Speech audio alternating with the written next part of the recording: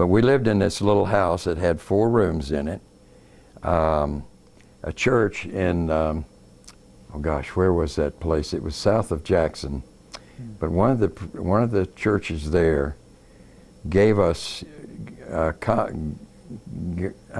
out and got from someplace 2 used Serval gas refrigerators. These were big jobbies, 2-door. And so we had shipped those with all of our goods, and by that time, of course, we had gotten our goods delivered to us. And there again, we had to go way out on the road, several miles, because they just dumped the container right there that had it in. It was a wooden container. And we had to unload it and carry it piecemeal back to where we were. So that was part of the process, just part of being in missions. A lot of times you have to do things that you don't expect you'll have to do. Grady, how far were you from the nearest large town? Probably 75 miles from a town called, I was trying to remember the name of that town, but that town, it was large, but not real large. It was probably the largest town on the main road. And of course, you have to remember the main road is just dirt with laterite, which is a kind of a red gravel that's spread on it. It's very poorly maintained, so it's filled with potholes. But probably that town, it was called Chen, which was spelled T-C-H-E-N or something like that. But we got all of our supplies and everything from Monrovia, which was the capital. That was 300 miles away. And how long would it take to get? That was a 10-hour drive. A 10-hour drive. Over a dusty road with holes all over the place. My goodness. It was a long drive. We would drive till we got to Ganta, which Ganta was probably about the halfway mark, and then the road would turn to the left and go straight on into Monrovia. I see. And we would usually stop there, Lita and I would stop there for lunch. We didn't have air conditioning in our truck. It was belonged to another missionary who left the field.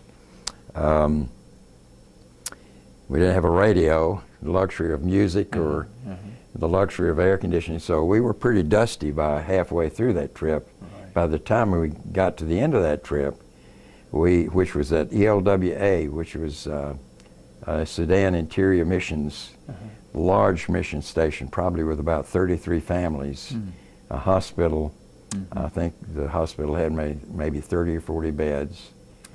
And also they had a radio station with, I think, 7 towers that broadcast all over North Africa in Arabic and other languages.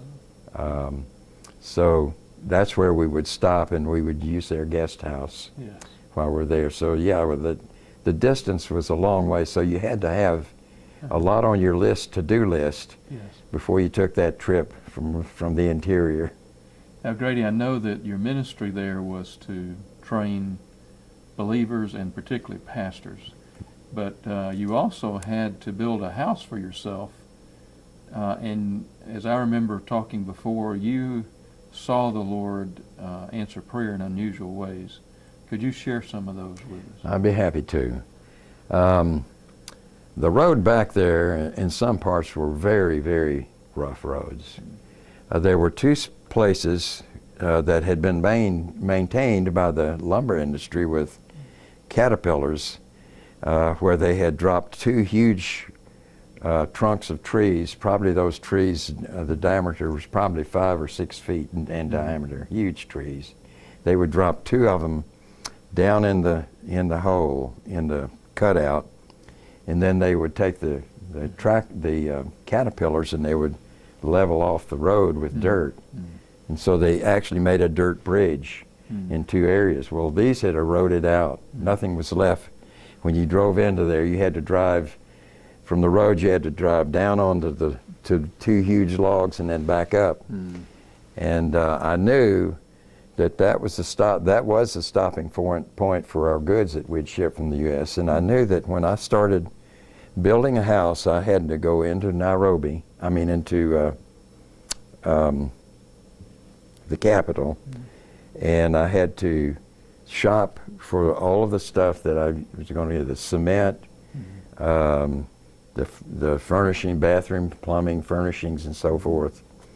I had to shop for all of that and then find a trucker who would bring it back to me, and I had to have those gaps filled in. I couldn't fill them in with dirt. I had no Caterpillar. And so I had 3 men that would help, that volunteered to help me. One was a Liberian Army a man who was on furlough, and he volunteered to help me. And then two men that had been working with me all along to do this, and we had to go down off of the road, down kind of off of the road which was above the trees, and they would cut down with axes, cut down these hardwood trees or ironwood trees. And they had to be big enough and long enough so that when we trimmed them, they would span that gap in the road. And we notched the road out on both sides, and we had a number of the trees cut down, but they were too heavy. We couldn't pull them up there on our own. And so I was standing on the road, and I said, Lord, if I just had a cable, a 40-foot long cable or something, I could tie it to the frame of my truck, and we could lasso those trees and haul them up one at a time and drop them right in the slots. And as I was thinking about that, I just started walking down the road, just taking a break because it was terribly hot over there. And the humidity was usually stayed about 90%. So it was hot. It was in the summertime. And something caught my eye off to the right. And I walked over there, and guess what I found? I found a 40-foot long piece of cable that had been obviously used by the lumber interest, and one end of it was frayed because it had broken, it had snapped. And so I said, thank you, Lord. I took that cable and tied it to the frame of the truck, and we began hauling those trees out, dropping them in the slots, and then we went to the lumber company out on the main road, and they gave us actually anything we wanted from a big pile of what they call culls. Yes. It was lumber that didn't come out right, and so there were various lengths and sizes, and so we picked out everything that we felt was close to matching and hauled it back in my truck and began to plank those logs with that. And then we used 10-inch nails, which were this long, to drive in there. Now, to top that story off, that was a very valuable piece of material that evidently no one had seen. Is that? That's true. It had been there for years, several years, and those natives there, if they see something like that, it's valuable to them. Yes. And so obviously the Lord knows. Right. And apparently He had kept that there for me, knowing that that's wonderful. I would be there. That's the way I look at it. Now tell us about your ministry and pastor training and discipleship, what the classes were like, and I remember seeing pictures of the men gathering around and you teaching. Tell us how that went. Well, actually before I began that, the first year we were there was in all of this preparation, building the bridges, and then I had to build a house. Yes. And so while let me just tell you how the Lord providentially provided in that. I had about 6 young men in their teens who were, I call them shovel men, and they cleared this piece of land there that we were going to put the house on, and it was pretty level. It had been a cassava farm.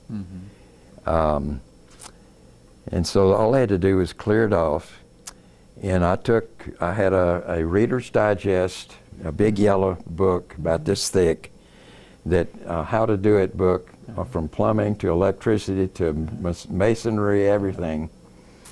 And so using that book, I took some boards and some string, and I squared off the house where it was going to be.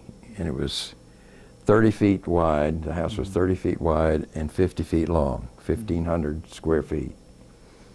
And I dug the trenches myself. And then I said, Lord, I don't know, I can't do the masonry. We have to have somebody come in and do it. And so I told one of the fellows, I said, if you guys ever know of any mason that can do this cement work. Well, within a few days, one of them came to me and when they came to work for me and said, Reverend, said, this mason has moved back from Monrovia, and he was doing masonry work, building houses there for 10 years. I said, well, go get him, please. So he came back the next day with this mason, and the mason said, if I can have 2 men of my choice to work with me, I'll build your house. I said, do you want me to pay you a lump sum to begin with or by the hour? And he said, by the hour. And I said, how much an hour do you want? And he said, would 25 cents an hour be too much? And I thought for a minute, you know, like I was thinking, and I said, I think I can manage that. And he said, my 2 helpers will get 15 cents an hour. And I said, great. So actually they built the house according to my plans. And I'm no architect, but it was just a very simple house. And they poured the foundation, built. We had to make the block, Jeff, one at a time with just this crude block form thing. And you put the form up, you put the cement in there that you mixed up and pound it down with a board until it's packed in good and tight. And then you release the sides and just slide that block off onto a pallet and put it out in the sun to dry out.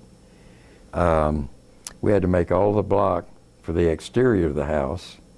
For the interior, I made what's called mud block. I had a machine that I bought over there. I guess it's an instrument more than a tool more than a machine. It produced probably a 6 by 10 inch block. And what you did, you took 9 parts of dirt and 1 part of cement and mixed them together and with a little water, until you could take a handful and squeeze it like that and open your hand up and it would stay together.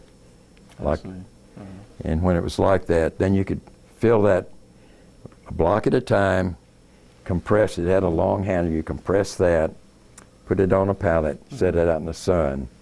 So we had to do all of that, Jeff, before we could even start building the house. So it was a long process, but God answered. He gave me the men to do the job, to make the block.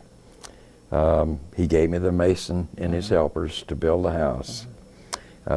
In the meantime, every morning, I would have a Bible study every week, except for Sundays and Saturdays and Sundays. I would have a Bible study right there where we were. And they had what they called a palava hut they had built. These two, the evangelist and the Pajibo, the director. And this palava hut was just covered with palm fronds and was stick, and it had these kind of like a bench seat they'd made around, and the people would gather in that. The workers on the house would gather, and some people from the village would actually, some of the men from the village would actually come, and I started taking them through the Gospel of John. And as a morning study. So that went on for several months while we were doing all of this. And let me tell you this one other thing that God did. I had the cement delivered, 100 bags of cement. They were sitting in a shed that we had built, a crude shed, but they were sitting in that shed. And I said, Lord, we need sand, and there's no sand anywhere around here. We can't make cement block without sand. So one day I was driving out, for some reason, I think I was driving out to the main road for something. There was a small little shopping center, very crude. There, they just sold very small amounts of stuff, kerosene and so forth. But I was driving out, and something caught my eye on this side, on the left side, and I stopped and I backed up, and I looked through the brush, and there was a creek bed that had dried up. It was in the summertime. It had dried up, and guess what was there? Sand. The Lord had provided. There was sand, and so we started loading truckload after truckload and taking it back to where we were going to build a house, and we had a huge pile of sand. We took practically all the sand that was there, but that was God's providence answering our need at that time. And the thing is that translates on down to your own life day by day, that God, in His providence, already knows your need, and He will take care of your need. Yes. And to me, that's very comforting to the Christian to know that. Yes. But this was all part of the process, and we actually got the house built, and then we started the school, and the school room was just crude sticks that were cut and a thatched roof on it, and crude bench seats that we made out of planks and so forth. And we didn't have a blackboard, so we used planks of wood put together on part of that, and I could try to draw stuff on there and try to get it off with a damp rag. Couldn't use an eraser. Now, where did these men come from, and the people that were being trained? They came from as far away as a 2.5-day walk. They walked there. They were all village pastors. Most of them had no education at all. Some of them couldn't even read English. So Lita took those that couldn't read English over to the house, and using a very simple Bible, translation of the Bible, began to teach them how to read English.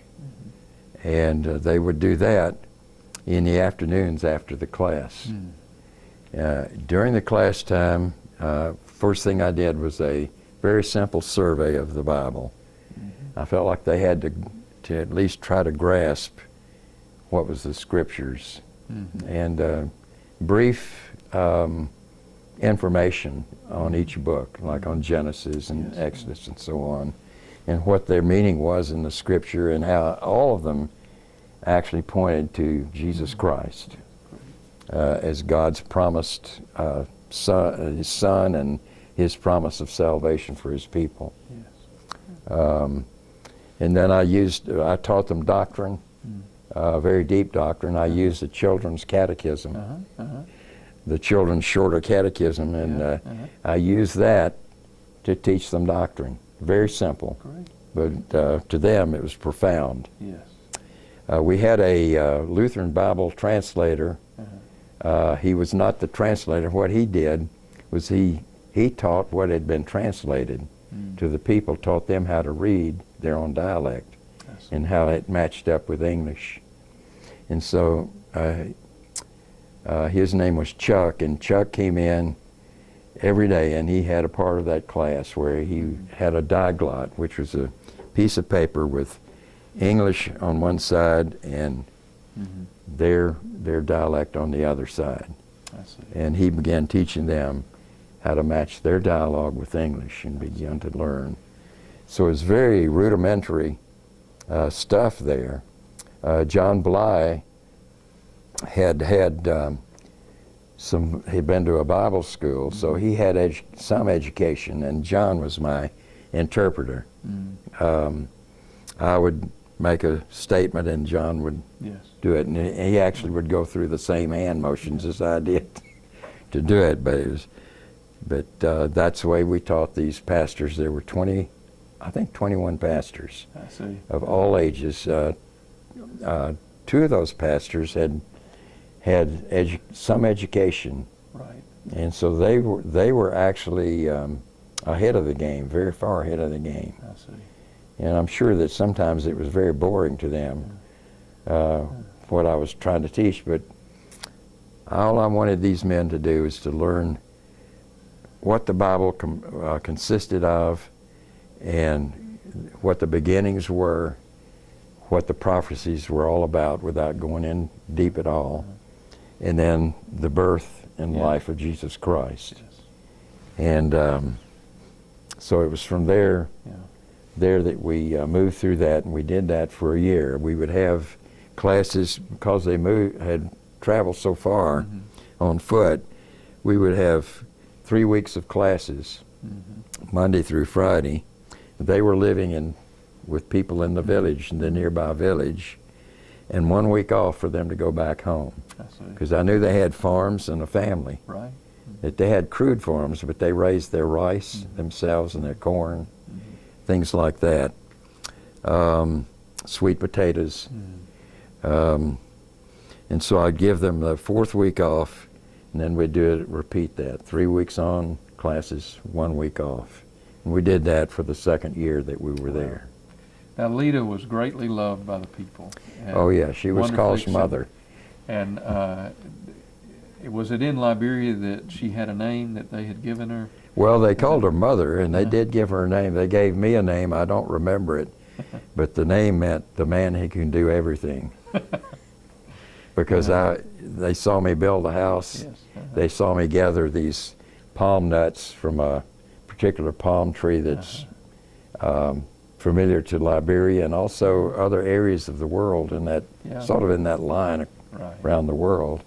And palm nuts were used to make palm butter from. They called it palm butter, which you actually mixed the meat with, any kind of meat you had. And it was very high in what is it that helps you digest? Enzymes. Very high in enzymes. And so it was very good. The meat that they cooked in came out very tender. I see. Now tell us about Lita's ministry while she was there. Lita was, Mother Lita had a clinic every morning, Monday through Friday, and emergencies anytime. I see. And she always had a line of people waiting. How about that? Most of them had aches and pains, and she would give them one aspirin. It was a miracle medicine for them. Yes. Tell you about one incident we had that this woman came in, and she had her face was bruised up, and she was in pain, and all Lita could do was just give her an aspirin. And I think she gave her one aspirin and then she said, take this other aspirin, and if you have pain later, take it. And the very next day, the husband of this woman came, and he had a broken clavicle. So Lita said, I can't do anything for you, but I will bind it up, and maybe it will heal itself. It doesn't feel like it's separated, but it is broken. It feels, it's loosey-goosey there. Yeah. And so she said, what happened? And he said, well, my wife and I, they were from another village nearby, said, my wife and I had a big argument, and said, I hit her in the face, and she took up a pestle, which is a big wooden hardwood stick that they beat the rice with. She said she took up the pestle and she hit me here. Well, it was the same man and woman. She had come first, and then he came the next day. But we had a boy that was brought. It was obvious he had meningitis. I mean, it was just all of the signs there. And so we took him to Chin, which was only 70 or 75 miles down the road. We knew there was a hospital there, and we took him to Chin and got him in the hospital, and whether he died or lived, I don't know. That was the only really serious. We had some pregnancy, prolapsed pregnancy and other things that Lita had to deal with. She did deliver several babies. Wow. And there again, their babies, when they cut the navel cord, the umbilical cord, what they did was they took dirt from the ground and wet that dirt and made a clay and packed it over that stump. Heal problem was infection Oh, yeah. came, and a lot of infants died. They had a high rate of infancy deaths Oh, because they didn't know how to take care of infants. And of course, Lita taught all the women she could from the village sure. what they were supposed to do. They were not supposed to put dirt. They were supposed to keep it clean. And but she delivered several babies, and it was an interesting time that we had there.